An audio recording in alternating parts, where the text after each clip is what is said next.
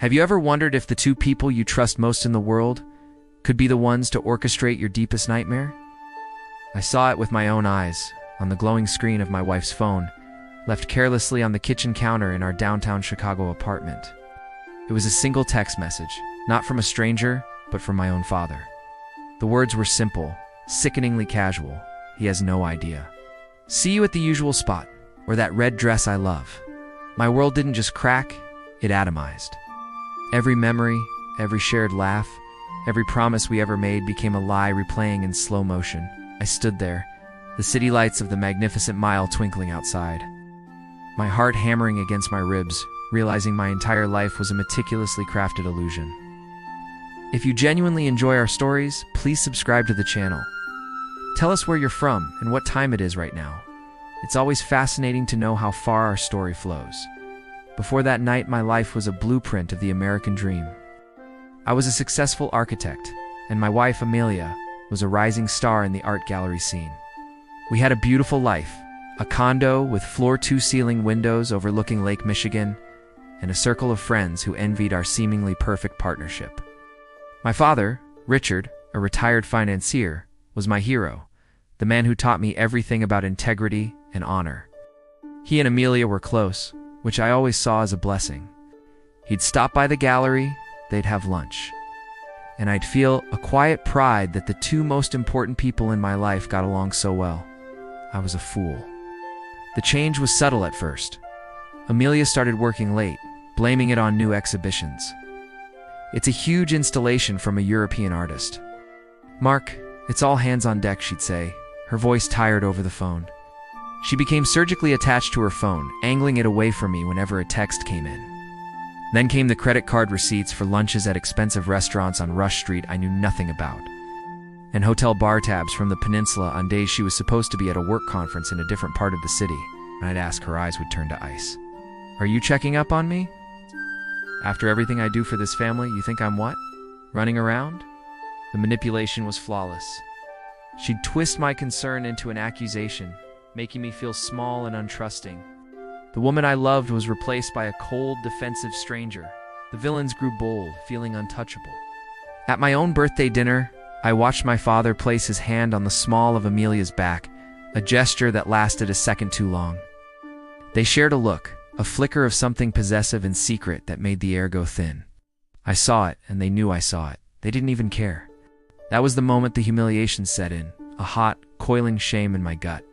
They were doing this right in front of me, hiding in plain sight, and I was the oblivious husband, the good son, the final piece of their sick game. The night I found the text message was the night I broke. I stumbled back from the kitchen counter, the phone feeling like a hot coal in my hand. I went into my home office, closed the door, and slid to the floor. A silent scream built in my chest, a pressure so immense I thought my ribs would crack. The life I had built, the family I cherished, the future I had planned, was all a ghost. The love I had for her curdled into something toxic. The respect I had for him turned to ash. In that dark room, surrounded by the blueprints of buildings I had designed, my own life's architecture lay in ruins. I didn't just cry. I unraveled. But as the sun rose over the lake, something new took root in the hollow space where my heart used to be. The grief hardened into a cold, clear resolve. They had humiliated me. They destroyed me. Now I would become the architect of their ruin. The next day, I contacted a private investigator, a discreet ex-cop, who operated out of a small office in the Loop. I wanted everything: photos, videos, hotel check-ins. For the next month, I played the part of the loving husband, while a steady stream of evidence filled a secured digital folder. Pictures of them kissing in a secluded corner of a Lincoln Park conservatory. Footage of them entering a boutique hotel in the Gold Coast, his arm wrapped possessively around her. Every photo was a nail in their coffin. A plan formed in my mind, a masterpiece of social and legal destruction. I scheduled a surprise 40th birthday party for my father. It was to be a grand affair at a private club in River North, same one where my parents had celebrated their own anniversary for 30 years before my mother passed. I invited everyone, family, his business partners, my colleagues, their mutual friends, the entire world that saw my father as a pillar of the community and Amelia as the perfect daughter-in-law. I liquidated a portion of my portfolio, transferring the funds to an offshore account. I met with my lawyer and drew up divorce papers, citing irrefutable proof of adultery. The trap was set. The night of the party, the room was filled with laughter and champagne. My father stood beaming as people toasted his legacy. Amelia was on his arm, wearing the very same red dress from the text message. She looked radiant, arrogant, completely unaware of the guillotine hanging over her head. I took the stage, microphone in hand, a slideshow remote in my pocket. "I'd like to make a toast," I began, my voice steady. I spoke of family, of trust, of loyalty. Then I looked directly at them. But sometimes the people we trust the most are the ones who betray us in the most unforgivable ways. I clicked the remote. The screen behind me, which had been showing a montage of family photos, switched to a high-resolution image of Amelia and my father kissing in the park. The room fell silent. A collective gasp sucked the air out of the space. I clicked again.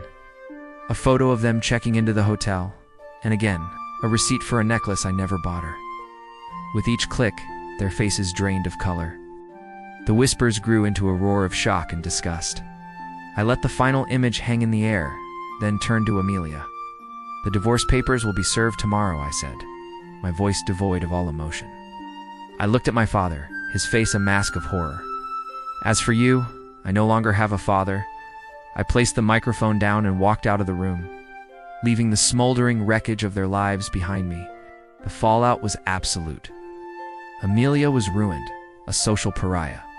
My father's reputation was obliterated.